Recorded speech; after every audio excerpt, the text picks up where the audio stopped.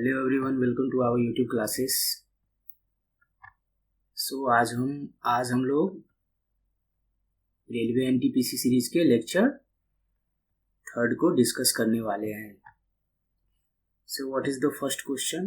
पहला question, who was the political mentor of Mahatma Gandhi? Gandhi ji के राजनीतिक गुरु कौन थे? तो इसका राइट आंसर है फर्स्ट, गोपाल कृष्ण गोखले। हम लोग अब डिस्कस करेंगे वन बाय वन हर एक ऑप्शन को। पहला, गांधी जी का जन्म कब हुआ था? तो बॉर्न इन 1869 इन पोरबंदर, गुजरात। पोरबंदर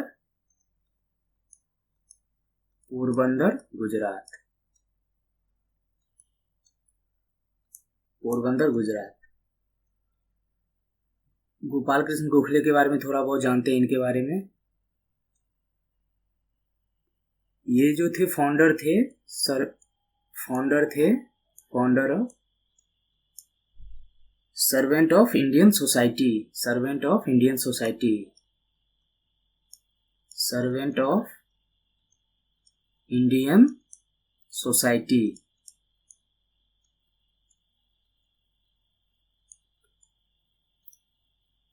इसको किस वर्ष में इन्होंने फाउंड किया? तो इसको इन्होंने 1905 में फाउंड किया। कहाँ पे? तो पुणे में। जितना भी पॉइंट दे रहा हूं सब बहुत इंपॉर्टेंट है। पुणे में इन्होंने इसका एस्टेब्लिशमेंट किया। इनका एक वीकली जर्नल भी था जिसको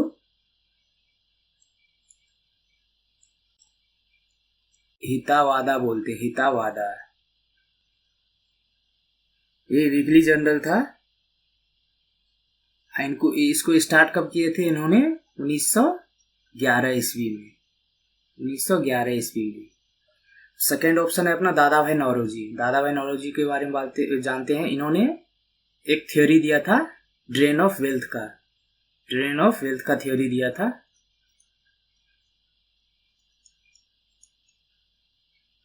ड्रेन ऑफ वेल्थ ये इन्होंने कौन से बुक में दिया था? तो इनका एक बुक था poverty and un-British rule in India.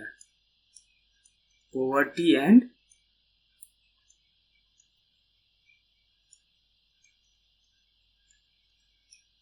Un-British rule in India.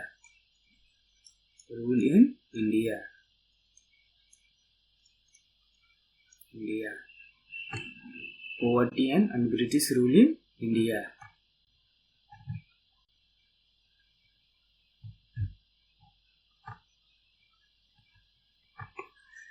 हम लोग भगत सिंह एंड सुखदेव के बारे में जानेंगे। तो भगत सिंह, सुखदेव और एक राजगुरु भी थे। राजगुरु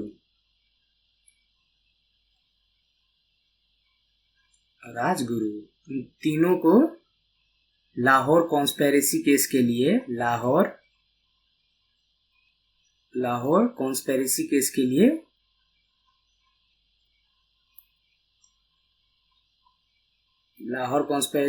लिए हैंग किया गया था ब्रिटिश गवर्नमेंट के द्वारा। हैंग कब किया गया था? 23rd ऑफ मार्च 1931 में इन तीनों को हैंग किया गया था ब्रिटिश गवर्नमेंट के द्वारा। At the time Bhagat Singh कितने साल के थे? तो भगत सिंह 23 इयर्स के थे उस टाइम पे। अब मूव टू नेक्स्ट क्वेश्चन। हम लोग नेक्स्ट क्वेश्चन को देखेंगे। नेक्स्ट क्वेश्चन क्या है? Kaziranga national park was declared as a world heritage site in which year? Kaziranga राष्ट्रीय उद्यान को किस वर्ष विश्व धरोहर स्थल घोषित किया गया था? इसका राइट आंसर है अपना ऑप्शन सी, 1985। अब ये जो वर्ल्ड हेरिटेज साइट कौन डिक्लेयर करता है? तो ये एक अपना ऑर्गेनाइजेशन है, यूनेस्को।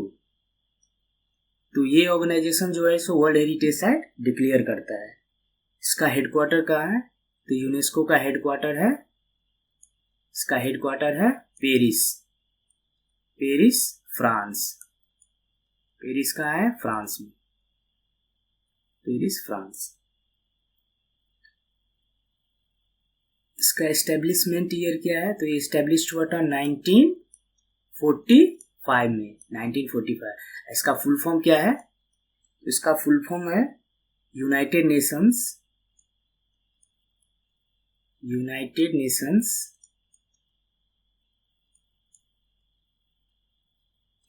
नेशंस एजुकेशनल, यहां से ले रहा हूं,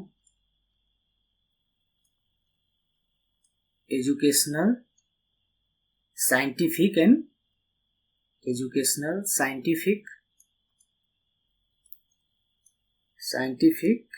कल्चरल ऑर्गेनाइजेशन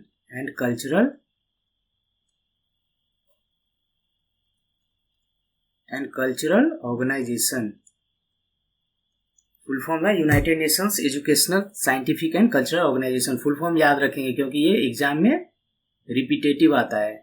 जितने भी रेलवे एग्जाम्स हैं उसमें एब्रिविएशन रिपीटेड आता है। इसका मैं एक अलग से वीडियो डाल रहा हूँ, वो आप लोग देख लेना। अब हम लोग नेक्स्ट क्वेश्चन की ओर मूव ऑन कर रहे हैं। तो थर्ड क्वेश्चन क्या है अपना? Which of the following is the major tea producing state of India?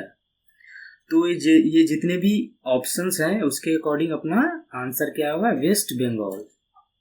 But overall देखेंगे तो इंडिया में आसाम जो है सो नंबर 1 पे है टी प्रोड्यूसिंग में। आसाम फर्स्ट पे है। According to option West Bengal होगा, बट आसाम फर्स्ट पे है।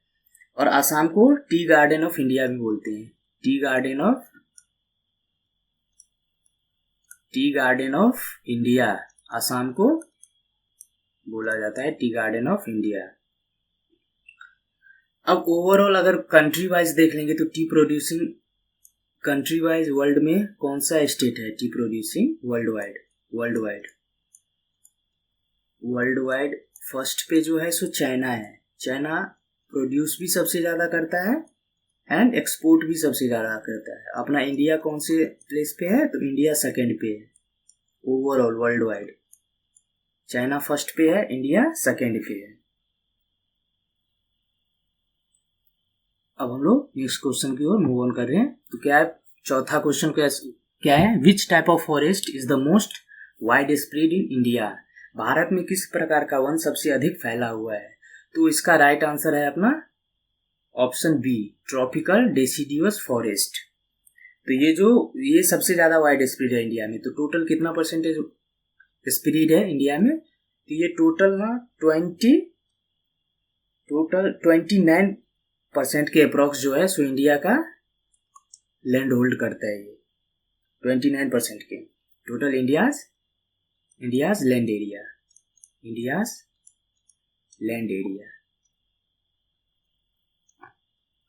29% के अप्रॉक्स। डेसिडियस मीन्स क्या होता है? एक्चुअली यहाँ पे जो वर्ड्स है डेसिडियस, तो इसका मतलब ये होता है जो ये प्लांट्स या ट्रीज जो है ना, इसके अंदर जितने भी प्लांट्स और ट्रीज आते हैं वो ना पर ईयर अपना लीव जो है सो शेड करते हैं पर ईयर। लीव शेड करना मतलब उनके पत्ते झड़ते हैं हर एक साल इसके पत्ते झड़ते हैं और नया पत्ता आता है। तो इसको ही डेसिडियस फॉरेस्ट बोला जाता है।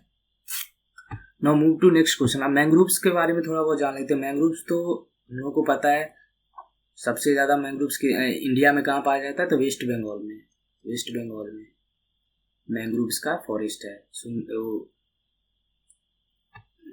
Now move to next question.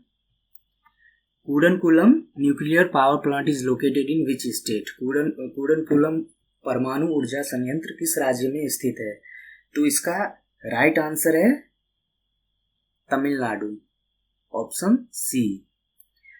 अब इंडिया में जो है so total 8 nuclear power plant है जो अभी फंक्शनल है। टोटल 8 जो है, total 8 nuclear power plant functional है इंडिया में। पावर प्लांट फंक्शनल है।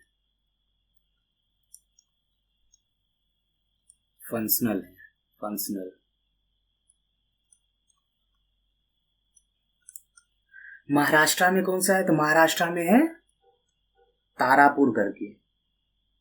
Tarapur nuclear power plant, Tarapur. Rajasthan में कौन सा है? राजस्थान में है अपना रावत भाटा, रावत भाटा। तमिलनाडु का देख लिए कूडनकुलम। कर्नाटका का कौन सा है? कर्नाटका का है Kaiga nuclear power plant, Kaiga nuclear power plant. Now next question की ओर मूव ऑन करेंगे। Question number 6, which city is known as land of 7 islands? कौन सा शहर 7 द्वीपों की भूमि के नाम से जाना जाता है? तो इसका राइट आंसर है मुंबई। एक्चुअली मुंबई जो है ना, सो पहले 7 आइलैंड्स का कल्मिनेशन था, 7 आइलैंड्स का कल्मिनेशन था, 7 आइलैंड्स। इसका 3-4 मैं एग्जांपल दे देता हूँ कौन सा आइलैंड्स था। जैसा वोरली आइलैंड था, वोरली था। उसके बाद एक अपना आ गया Worli, then Parel, Parel island, then Mahim island, Mahim island, फिर बॉम्बे आइलैंड था। तो ऐसे ऐसे 7 आइलैंड थे, जिसको फिर बाद में एक जगह कल्मिनेट करके मुंबई बनाया गया। That's why it is called land of 7 islands. अब जयपुर को पता होगा हम लोग को पिंक सिटी बोलते हैं, pink city Jaipur, pink city Jaipur. Kota, Kota जो है सो राजस्थान में है। कोटा राजस्थान का एक शहर है, राजस्थान का। इसको क्या बोलते हैं? इसको राजस्थान का इंडस्ट्रियल कैपिटल बोलते हैं, industrial capital, industrial capital of Rajasthan.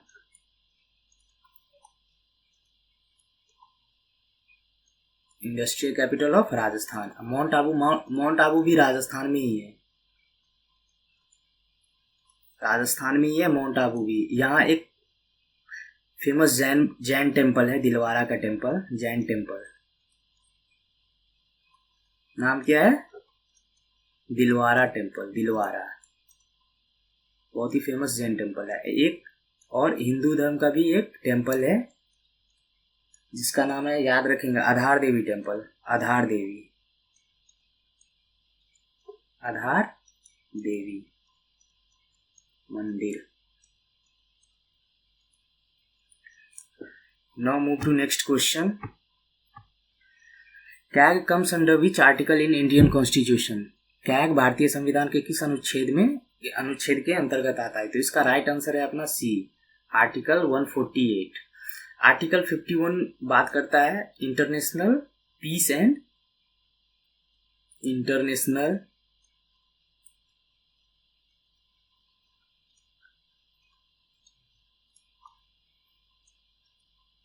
International peace and security.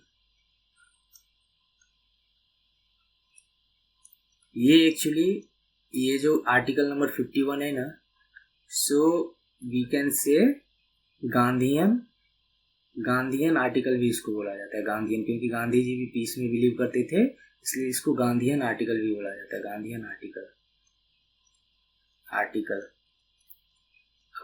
Article 71 किससे डील करता है? तो 71 जो है सो प्रेसिडेंट एंड वाइस प्रेसिडेंट और वाइस प्रेसिडेंट के इलेक्शन के रिलेटेड कोई भी किसी भी प्रकार का जो मैटर रहता है उससे डील करता है आर्टिकल 71। इलेक्शन रिलेटेड, एक मिनट लिख दे रहा हूं यहाँ पे, इलेक्शन रिलेटेड मैटर। अब आर्टिकल 32 क्या है? ये एक्चुअली अपना राइट टू कॉन्स्टिट्यूशनल, इसको राइट टू कॉन्स्टिट्यूशनल रेमेडीज भी बोलते हैं, constitutional right to constitutional remedies. Remedies. इस आर्टिकल के तहत ही सुप्रीम कोर्ट जो है सो रिट जारी करता है। Supreme court writ, supreme court का कितना रिट है? 5 रिट है टोटल, 5। हाई कोर्ट का कितना रिट है? हाई कोर्ट का 6 रिट है। और अंबेडकर जी ने इस आर्टिकल 32 को ही heart and soul of Indian constitution कहा था। Heart and soul of Indian constitution, Indian constitution.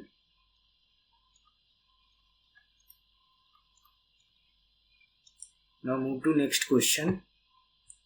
RFID stands for, abbreviation बहुत पूछता है रेलवे एग्जामिनेशन में, सो हम लोग ना इसके लिए एक अलग से वीडियो डाल रहे हैं, उसको देख लेना आप लोग। एक्चुअली इसका राइट आंसर है रेडियो फ्रीक्वेंसी आइडेंटिफिकेशन, RFID। इसमें और कुछ जाने की जरूरत नहीं है। Next question number 9, which one of the following is known as voice box. So voice box किसको बोला जाता है? तो गले का एक पार्ट है लेरिंग्स, इसको वॉइस बॉक्स बोला जाता है। मेड्यूला जो है सो अपने ब्रेन का पार्ट है, मेड्यूला ब्रेन का पार्ट है। ये ना ब्रेन और स्पाइनल कोड को ना मैसेज सेंड करता है, ब्रेन एंड स्पाइनल कोड को मैसेज पास करता है, इसका काम हुई है। और ब्रेन के बेस में रहता है, इसका लोकेशन क्या है? लोकेशन ब्रेन के बेस में होता है, base of the brain, base of the brain. Pharynx भी एक पार्ट्स है जो कनेक्ट करता है नोज एंड माउथ को लेरिंग्स एंड एसोफेगस से। नोज और माउथ को, नोज एंड माउथ को कनेक्ट करता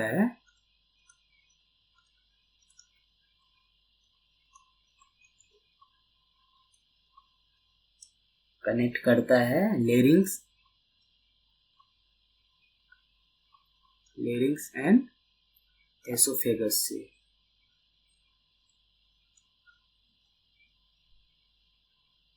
एसोफेगस को ना ईटिंग ट्यूब भी बोलते हैं, इसको ना ईटिंग ट्यूब बोला जाता है। एसोफेगस ईटिंग ट्यूब, एसोफेगस को ईटिंग ट्यूब बोला जाता है। Now move to next question. Young crocodile is called as, युवा मगरमच्छ को क्या कहा जाता है? तो इसका राइट आंसर है हैचलिंग्स। टैडपूल किसको बोला जाता है? तो यंग फ्रॉग जो रहता है ना उसको टैडपूल बोला जाता है, यंग फ्रॉग को। चिक किसको बोलते हैं?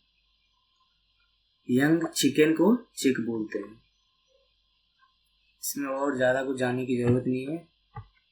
11 नंबर क्वेश्चन पे मूव ऑन करें। In human body pancreas is a part of which system? Pancreas human body में कौन से सिस्टम का पार्ट है? तो डाइजेस्टिव सिस्टम का पार्ट है।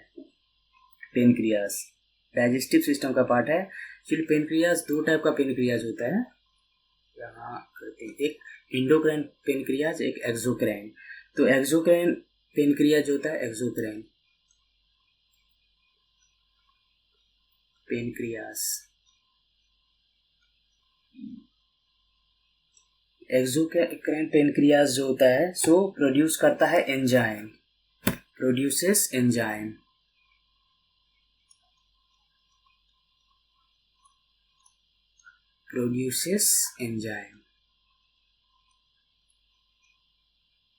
एंजाइम्स। ये एंजाइम्स जो है सो डाइजेशन में हेल्प करता है। ये जो एंजाइम्स प्रोड्यूस करता है ना ये डाइजेशन में हेल्प करता है, हेल्पिंग डाइजेशन में हेल्प करता है। एक एक्सोक्राइन पेनक्रियाज हो गया, सेकेंड हो गया endocrine pancreas.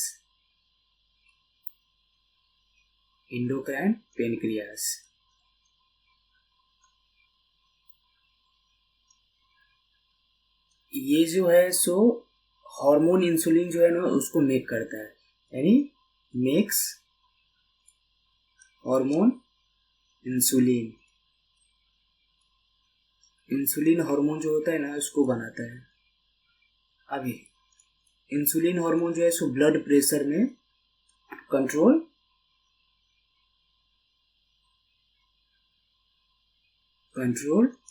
Blood sugar level, blood में जो शुगर लेवल है ना उसको कंट्रोल करता है इंसुलिन। इससे ही अपने बॉडी में ब्लड शुगर लेवल को कंट्रोल करता है, जिससे अपने बॉडी में हाइपरटेंशन एंड हाइपोटेंशन दो टाइप का वो टेंशन आता है। ब्लड प्रेशर, जिसको ब्लड प्रेशर लो बोलते हैं, हाई बोलते हैं, वही होता है। तो move to next question, question number 12। Asian games was held in which year? Actually यहाँ पे होना चाहिए इंडिया में एशियन गेम कब हुआ है। Asian games was held in which year? In India. So इसका राइट आंसर है 1982। और 1982 में जो इंडिया में एशियन गेम्स हुआ वो कौन सा एशियन गेम्स था? तो ये 9वां एशियन गेम्स था, 9th। Actually first Asian games जो है ना, फर्स्ट एशियन गेम्स यहाँ तो फर्स्ट एशियन गेम्स इसका भी वेन्यू जो था ना इंडिया में ही हुआ था। होस्टेड बाय कौन था? इंडिया। और ये कब हुआ था? इन 1951 न्यू दिल्ली।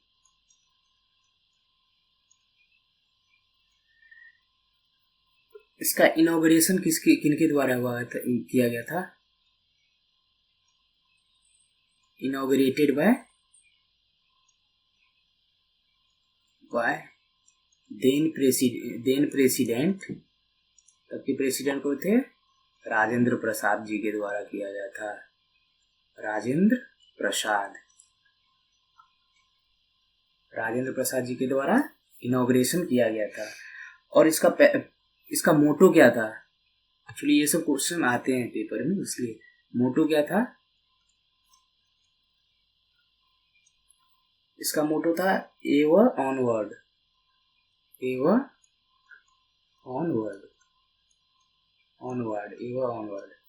ये जो 1982 में हुआ था और 9th एशियन गेम्स था, ये भी अपने इंडिया में ही हुआ था। और इंडिया का इसमें रैंक कौन सा था? रैंक इंडिया का 5th रैंक था। 5th rank. 13 गोल्ड मेडल मिला था इसमें इंडिया को, 13 गोल्ड मेडल। ओवरऑल टोटल कितने कंट्री ने पार्टिसिपेट किया था? तो टोटल 57 कंट्री ने पार्टिसिपेट किया था। 57 कंट्री ने पार्टिसिपेट किया था। तो मूव टू नेक्स्ट क्वेश्चन, 13वां क्वेश्चन हम लोग मूव करें। 2026 FIFA world cup hosted by which country? 2026 का फीफा वर्ल्ड कप कौन से कंट्री होस्ट करते हैं? ये ना 3 कंट्री के द्वारा होस्ट किया जा रहा है, कनाडा, मैक्सिको एंड यूएसए। 2022 का जो फीफा था वो किसके द्वारा होस्ट किया गया था? तो ये कतर के द्वारा होस्ट किया गया था। और इसमें विनर कौन था इसका? तो विनर जो था अर्जेंटीना था। अर्जेंटीना विनर था। और रनर कौन था? रनर था फ्रांस। 2018 का जो फीफा वर्ल्ड कप हुआ था वो कहाँ हुआ था? रसिया में। यहाँ विनर कौन था? तो यहाँ जो विनर था फ्रांस था, जो 2022 में रनर रहा, फ्रांस। सो 2026 का कहाँ होने वाला है आयोजन? कनाडा, मैक्सिको एंड यूएसए में होने वाला है। Now move to next question. National unity day is celebrated on which date? राष्ट्रीय एकता दिवस किस तिथि को मनाया जाता है? तो इसका राइट आंसर है 31 अक्टूबर। एक्चुअली ये जो सेलिब्रेट किया जाता है सो सरदार वल्लभ भाई पटेल के बर्थ ईयर, सरदार पटेल के बर्थ एनिवर्सरी पे सेलिब्रेट किया जाता है। Birth anniversary.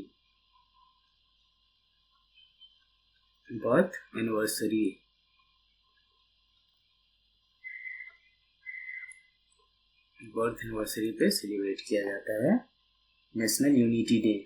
और इनका जन्म कब हुआ था? सरदार पटेल जी का जन्म हुआ था अपना 1875। और ये डेट कब से ऑब्जर्व किया जा रहा है, मतलब नेशनल यूनिटी डे कब से मनाया जा रहा है? तो इसका राइट आंसर है 2024। पहला फर्स्ट नेशनल यूनिटी डे 2014 में सेलिब्रेट किया गया। नाउ हम लोग नेक्स्ट क्वेश्चन की ओर मूव ऑन कर रहे हैं। Question number 15, the headquarter of NASA is located in which city? NASA का मुख्यालय किस शहर में है? तो नासा का मुख्यालय है वाशिंगटन डीसी।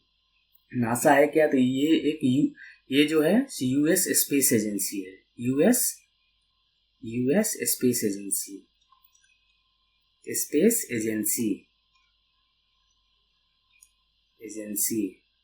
यहाँ नासा के बारे में जानते हैं। नासा का full form national aeronautics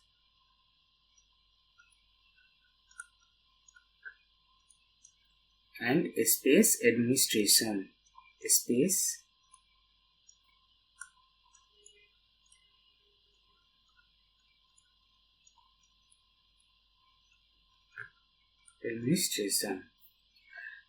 NASA का एस्टेब्लिशमेंट ईयर कौन सा है? तो इसका एस्टेब्लिशमेंट ईयर है 1958। इसके फाउंडर कौन थे? तो इसके फाउंडर जो थे डी एसन hover.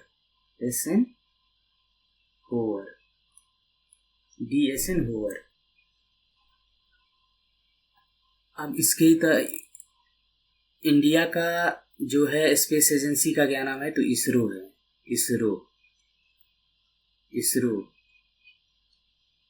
Indian Space Research Organisation, इसका फुल फॉर्म है Indian Space Research organisation.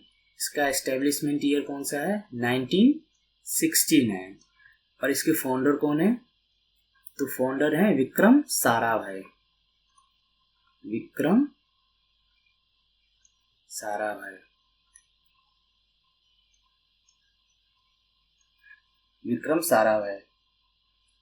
Actually ISRO जो रीनेम्ड किया गया था, इससे पहले इसका नाम क्या था? फॉर्मल नेम था इसका इनकोस्पर। और ये इसका एस्टेब्लिशमेंट ईयर क्या है? 1962। एक minute,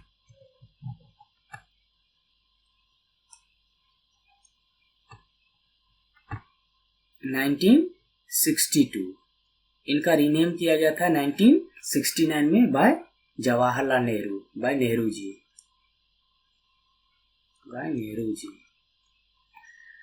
now move to next question. Osama bin Laden was killed in which city of Pakistan? Osama bin Laden Pakistan के किस शहर में मारा गया था? तो इसका राइट आंसर है ओबाटाबाद जो कि पाकिस्तान का एक सिटी है। वहां भी ओसामा बिन लादेन की हत्या की गई थी। Osama bin Laden related to al Qaeda group से थे।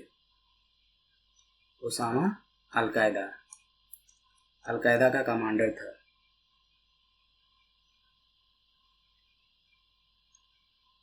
का कमांडर था। Osama bin Laden. और इसको यूएस एजेंसी ने मारा था। और इनको कौन से ईयर में मारा गया था? तो इनको 2011 में मारा गया था। 2000 डाइड इन या किल्ड इन 2011। और वो ऑपरेशन का क्या नाम था? तो ये ऑपरेशन का नाम है जिसके तहत इसको मारा गया था। ऑपरेशन नेम ये एग्जाम में आता है। तो ऑपरेशन नेम क्या है? नेपच्यून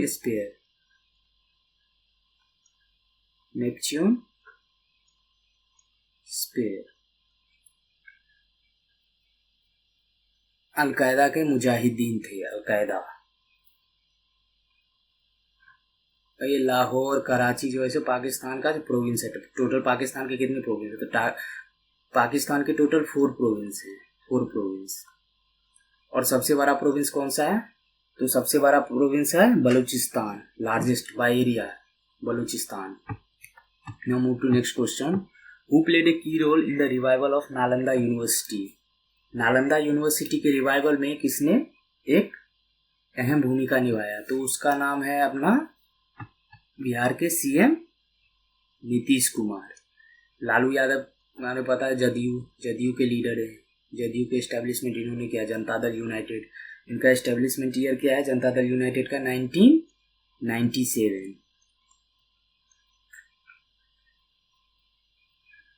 अब नालंदा यूनिवर्सिटी के बारे में थोड़ा बहुत जान लेते हैं। नालंदा यूनिवर्सिटी का एस्टेब्लिशमेंट ईयर कौन सा है? 427 CE, 427 CE में।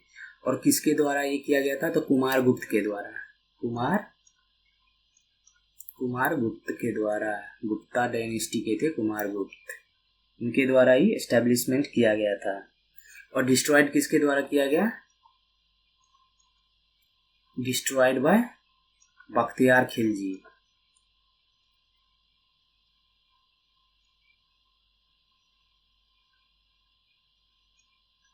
बख्तियार खिलजी डायनेस्टी के रूलर थे बख्तियार खिलजी। और ये कब किया गया? तो 1202 में, 1202 ईस्वी में इन्होंने डिस्ट्रॉय किया नालंदा यूनिवर्सिटी को। अब हम लोग नेक्स्ट एंड लास्ट क्वेश्चन की ओर मूव ऑन कर रहे हैं। Web page are written by which of the following? Web page निम्नलिखित में से किसके द्वारा लिखे जाते हैं? तो इसका राइट आंसर है HTML। अब HTML का फुल फॉर्म क्या होता है? Hyper markup language, hyper text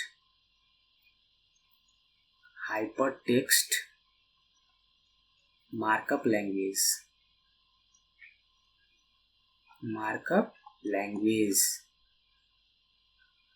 abbreviation तो भर भर के आता है, इसलिए इसका ध्यान रखना। एक क्वेश्चन तो फिक्स है हर एक शिफ्ट में, 1 से 2 क्वेश्चन भी करता है, इसलिए इसका ध्यान रखना है खासकर।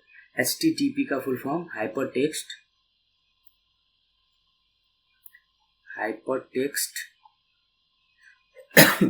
Transfer protocol.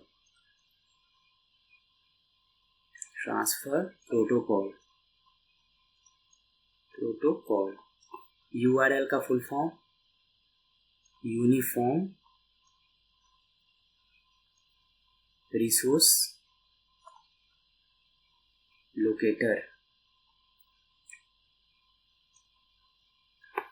FTP का full form file transfer protocol. So is the end of the video. So thank you everyone for watching this video. Please subscribe our YouTube channel Prep Zone. Thank you everyone. Have a nice day.